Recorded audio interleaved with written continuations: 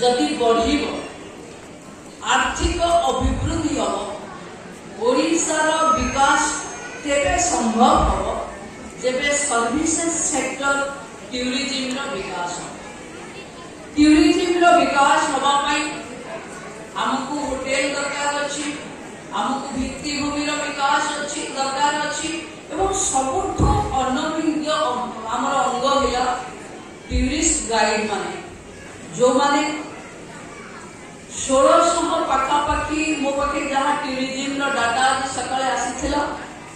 पाखापाखि 1600 tourist guide माने आम सहित ट्रेन हे अछंती एवं आम राज्यर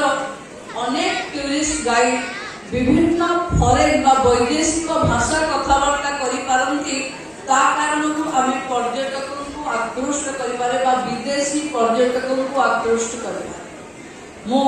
पुणी थरे आपण मान तो समस्त को प्रकृत रे जेतबे सुनिले मो टूरिस्ट गाइड मानकर गोटे एसोसिएशन सभा अछि सेठी प्रकृत रे आज गवर्नर को आरंभ करी स्पीकर समस्त थिले पाखापाखि आउरी सभा थिला तेणु मु भाबली मु बोधे नगले चलिबो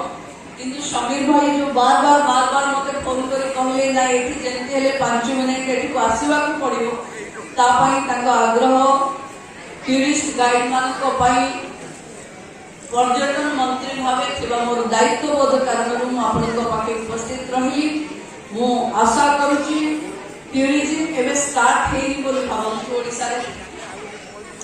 आमे 484 किलोमीटर बेलाभूमि रे अछि आम पाखे जहाँ अच्छी सब प्राकृतिक कौनसी आर्टिफिशियल आम किसी करिनी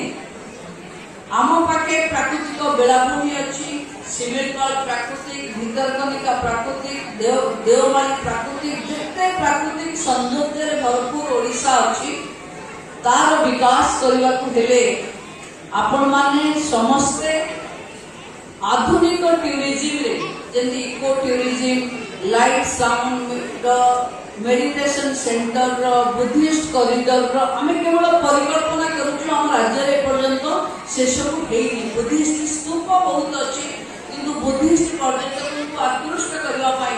बा से जगह रे रही रिसर्च करबा पाई सेमानको पाई किछि भित्तिभूमि पर्यंत विकसित हेई आमे अनेक बड़ बड़